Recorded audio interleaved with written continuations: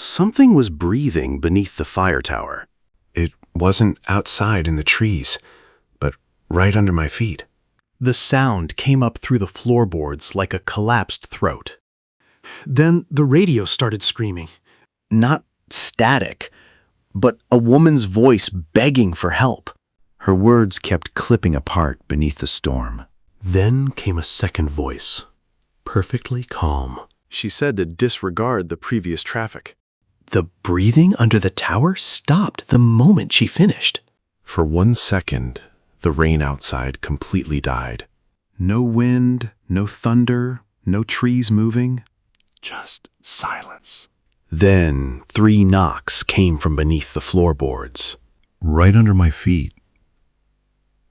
I knew I was alone up here. After that summer, I stopped talking about the Bitterroot entirely. Most people thought I retired because of my health. That was easier than the truth. The wilderness keeps secrets better than people do. If you spend enough time out there, you know. Some places feel wrong long before anything happens. This happened in late September of 2003. They stationed me at an old fire lookout called Painted Ridge. It sat overlooking miles of dense timber and broken granite. Painted Ridge had a reputation for disappearances. 3 people vanished in 11 years. The locals avoided the ridge after dark. One elder told me the ridge had an echo that lured people. At the time, I thought it was just mountain superstition. Then the radio started. The first strange transmission came 4 nights into my assignment. Just after midnight, the emergency frequency picked up a distress signal. A male voice, breathless and panicked, cried out about his pack being taken. He said it wasn't his brother anymore, before cutting to static. I tried to triangulate the signal, but the storm interference was absolute. Dispatch in Hamilton couldn't hear a thing on their end. There were no missing hikers reported in the area.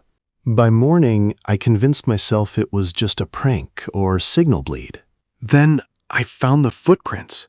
They circled the tower in the wet mud, roughly 20 yards out. They were bare human footprints, dozens of them. Haunted, pacing circles around the tower all night in the freezing rain. I remember crouching beside one track, thinking the shape looked wrong. The heel impressions were too deep, and the toes were far too long. It looked like whoever made them was leaning backward while walking. Every single set pointed toward the tower, not away from it. I reported the tracks, but nobody came up to investigate. That's wilderness work for you. Unless someone is dead or actively missing, strange things get buried. I was left alone with the silence and the growing suspicion. 2 nights later, a backpacker named Evan Mercer climbed up to the tower. He was a thin kid from Oregon, hiking the Continental Divide Trail alone. He looked exhausted, not just physically, but mentally.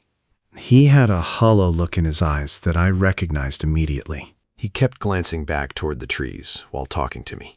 He expected someone else to emerge from the timber behind him. He said he'd gotten turned around after hearing someone whistling off trail. He claimed the whistling followed him for almost 3 miles. He realized the whistling only happened whenever he stopped moving. Never while walking. Only silence during motion. I asked him what the tune sounded like. He stared at me for a long time before answering, his voice barely a whisper. I let him stay the night because another storm was rolling in. Regulations allowed emergency shelter during severe weather. But the truth was, I didn't want him hiking back down after dark. Not with the way he kept staring into the woods. Rain started around 10, heavy enough that the whole tower vibrated. We spent most of the evening talking quietly while the lantern burned. He mentioned hearing footsteps behind his tent the previous night. Something kept mimicking sounds from his campsite after midnight. Around 1 in the morning, we heard the first knock beneath the tower. 3 slow taps. Evan froze immediately. Another 3 knocks came a minute later. Then footsteps. Not outside. Underneath us. Something paced down there for over an hour. Neither of us spoke. Eventually, the footsteps stopped. Then came the voice. Evan. Soft. Male.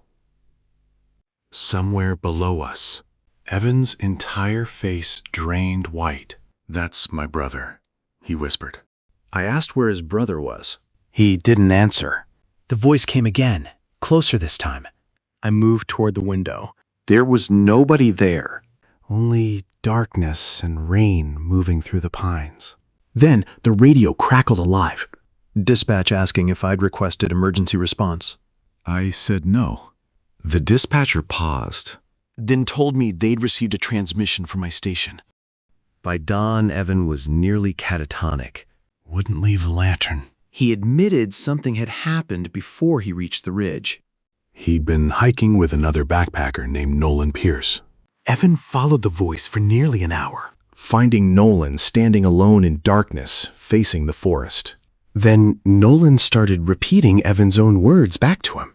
Like somebody trying to learn how humans spoke. Evan ran after the... He hadn't slept in almost 40 hours. We reported Nolan missing immediately. Search and rescue mobilized that afternoon. I joined the search team as we headed into the dense, fog-choked timber. The weather was miserable, with a cold, biting rain that turned the forest floor into a mess. Visibility was so poor we could barely see 30 feet in front of us. We finally reached Nolan's campsite near dusk, finding it completely abandoned. The tent was still standing, and his gear was untouched. But his boots were sitting right beside the cold fire pit. Nobody in their right mind leaves their boots behind in the backcountry. One of the volunteers spotted a trail of bare footprints leading away from the camp. We followed them until the light failed, which turned out to be our biggest mistake. As soon as the sun dipped below the ridges, the voices started. At first, it sounded like our own search team calling out across the ridges. Then we realized the voices were perfect reproductions of conversations we had just had. It was like the forest was playing back our own lives to us in real time. Suddenly, a shout came from the fog ahead, claiming they had found Nolan. We all rushed toward the voice, but I stopped dead in my tracks. Every single member of our search team was standing right there beside me. The voice shouted again, farther uphill, using the exact same tone. That's when we heard the footsteps circling us through the trees. They were slow, deliberate, and sounded like bare feet hitting wet pine needles. My flashlight beam cut through the fog and caught something standing between the trees. It was tall and completely motionless. I thought it was Nolan until the figure copied my posture exactly. Then all the voices started talking at once, overlapping in a chaotic loop. Say in a natural American voice? Stunned and confused? SAR members, dispatch, family, children, all repeating fragments of our own conversations. One of the volunteers, Curtis, just snapped and ran straight into the fog. We found Curtis the next morning, sitting barefoot beside Lost Horse Creek. He was alive, but something inside him had broken permanently. He kept asking me over and over why the trees knew his daughter's name. After that, the Forest Service shut down Painted Ridge, citing unsafe structural conditions. Unofficially, it was because nobody wanted to work there anymore. I stayed behind for 2 extra nights to help clear out the equipment, and that's when the storm hit. Around midnight, the radio just started screaming. A woman was begging for help somewhere down the ridge. The storm made her voice sound all broken and jagged. Then her voice just changed. She sounded perfectly calm, all of a sudden. She told them to ignore the call because they found the trail. The breathing under the floor just stopped. Then, for 1 second, the rain outside completely died. No wind, no thunder, just total silence. Then 3 slow knocks came from right under my feet. The sound was heavy and deliberate. I just stood there, frozen, unable to move. I gripped my rifle so hard, my hands started cramping. I just watched the door, waiting for something to happen. Whatever was outside was waiting, just like I was. Then I heard footsteps climbing the stairs outside. They were slow, deliberate. One step every few seconds. The old wood groaned under the weight. I looked through the window, but there was nothing there. The steps kept climbing, closer and closer. Then they stopped right outside the door. Then my own voice spoke from the other side. It said, "Open up." It was exactly my voice. Perfect. I couldn't even breathe. The voice spoke again, saying it knew what happened to Nolan. The doorknob started moving slowly. I backed away, knowing that shooting wouldn't matter. The voice outside laughed, but it sounded confused, like it was practicing. Then came the scratching. Something was dragging its fingers across the outside wall. The lantern light flickered as the scratching continued. I watched the shadows dance across the floorboards. The radio began to emit a low, rhythmic static. Beneath my feet, the floorboards groaned as voices began to whisper. It was a chorus of overlapping fragments of conversations. They were learning each other, mimicking the cadence of human speech. I stayed awake until the first light of dawn touched the ridges. The rifle remained pointed at the door. Whatever had been outside never breached the threshold. At dawn, the mountain looked completely normal again. The rain had vanished, leaving a clear blue sky. There were no footprints around the tower. When I packed my equipment, I found one thing beside the radio. A pair of muddy, bare footprints leading nowhere. They were side by side, facing inward toward the room. They tore the tower down in 2005 after another hiker vanished. Official records blamed exposure and lost trails. It was the same explanation the wilderness always uses. I tried believing that for years. Maybe fear spreads between exhausted minds like an infection.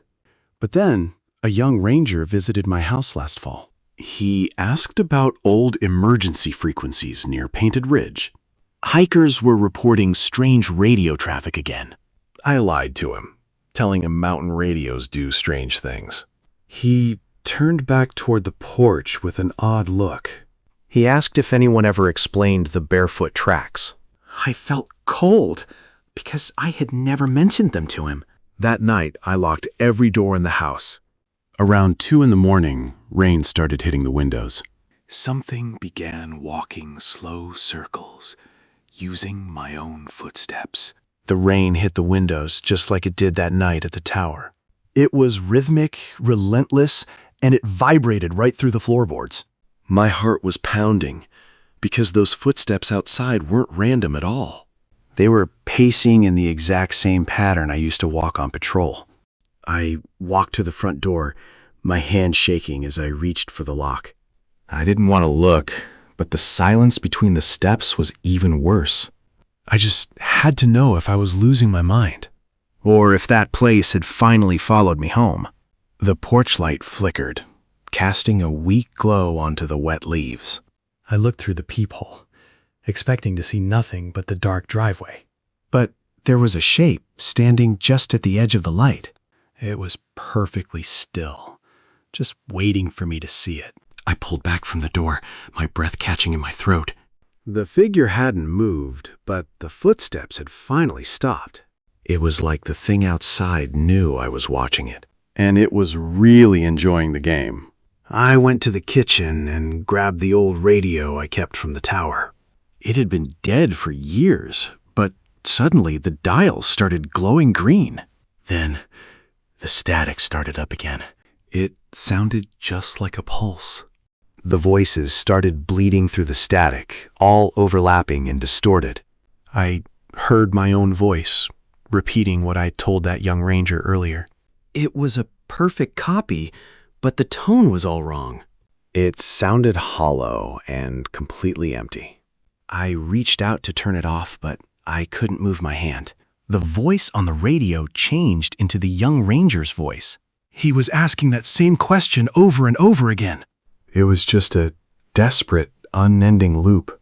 Then I heard that scratching sound again. But this time, it was on the siding of my own house. He was moving slowly toward the kitchen window. I realized then that the ridge hadn't just followed me. It had moved in. I grabbed my rifle from the corner, the metal feeling cold in my hands. I didn't know if a bullet could stop something that learned, but it was the only thing I had left to fight with. I just stood there in the kitchen, waiting for the window to break. The scratching stopped, and the room went completely silent. Then, from outside the glass, I heard my own voice whisper to me. It said, "I know what happened to Nolan." The glass started to ripple like water, and a long, pale hand pressed against it. The glass rippled under the pressure of the pale hand. It was testing the surface, feeling for a way through. I backed away, my boots scraping against the floor. Then a chorus of voices whispered in perfect unison. They all said the same thing about Nolan. The kitchen lights flickered and died. I could hear the window frame groaning under pressure. I raised the rifle, my hand shaking uncontrollably. Suddenly, the pressure on the window vanished. The silence that followed was heavy and suffocating. I stood there, waiting for the next move. I moved toward the window, heart pounding. The glass was clear again. But the trees outside had shifted, closing in on the house. I saw the footprints in the mud. They led right up to the door. Just two prints, side by side, facing the house. I realized the ridge had been waiting for me. The isolation I sought was no longer a sanctuary. It was a trap. I turned away from the window.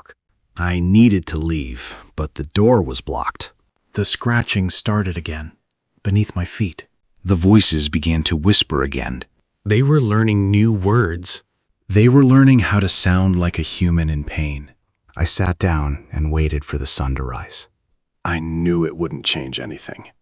The wilderness had finally caught up to me. The first light of dawn finally started to bleed through the kitchen curtains. I sat there motionless at the table, my hand still gripping the rifle. The silence was absolute, a stark contrast to the chaos from the night before. I stood up, my joints aching from the long night of tension. I walked toward the back door, the air heavy with the scent of wet pine. My fingers trembled as I reached for the deadbolt to face what was outside.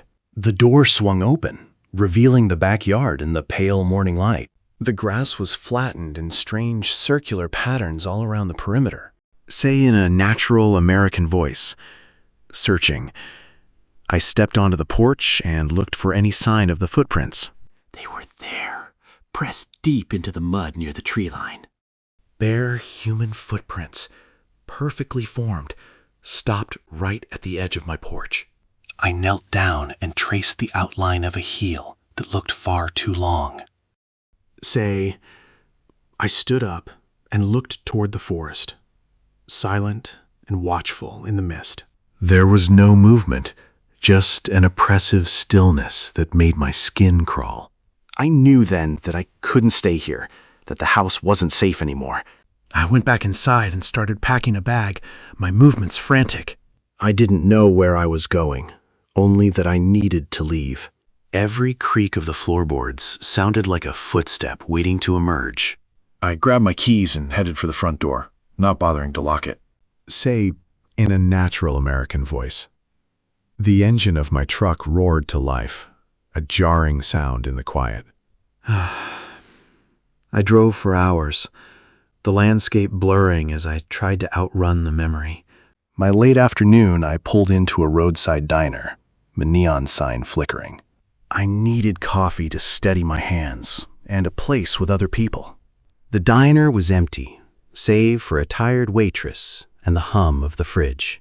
I sat at the counter, staring at the steam rising from my mug. I tried to convince myself that what I had seen was just a hallucination. I realized then that I wasn't running away from a place, but from something. I looked up at the window, and for a second, I saw it. Terrified, a pale, elongated hand was pressing against the pane from the outside. I dropped my mug, the sound of shattering ceramic echoing through the room. The diner went cold, the air turning thin and metallic. I didn't wait to see if the hand would break the glass. I just bolted for the exit. My heart was hammering against my ribs like a trapped bird as I scrambled into the truck. I drove blindly into the night, the headlights cutting through the heavy rain like dull knives. Every shadow along the roadside seemed to stretch and reach toward the vehicle as I passed. I couldn't shake the feeling that something was keeping pace with me, just out of sight in the dark. The radio in the truck crackled, though I hadn't turned it on. A voice, my own voice, began to recite the coordinates of the old fire tower. It was a perfect, chilling mimicry, repeating the numbers with a rhythmic, almost musical cadence.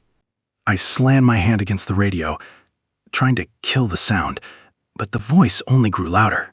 It started laughing, a soft, confused sound that echoed the way the thing had laughed outside the tower door. I realized then that it wasn't just following me, it was learning how to be me.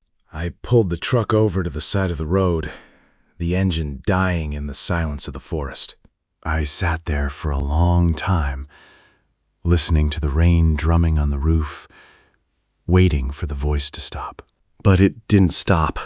It just changed, shifting into the voices of everyone I had ever lost. I stepped out into the rain, the cold water soaking through my jacket instantly. I needed to see what was out there, to face the thing that had been haunting me for years. I walked toward the tree line, my flashlight beam cutting through the darkness, searching for the source of the voices. The forest was alive with whispers, a chorus of voices that seemed to come from every direction at once.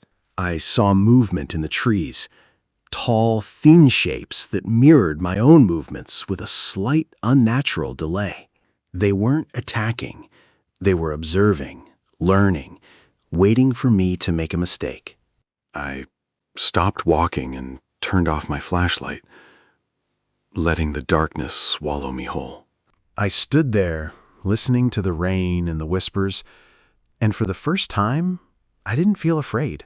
I felt a strange, cold clarity, as if I finally understood what the forest had been trying to tell me all along. The voices stopped, and the forest fell into a silence so deep it felt like the world had ended.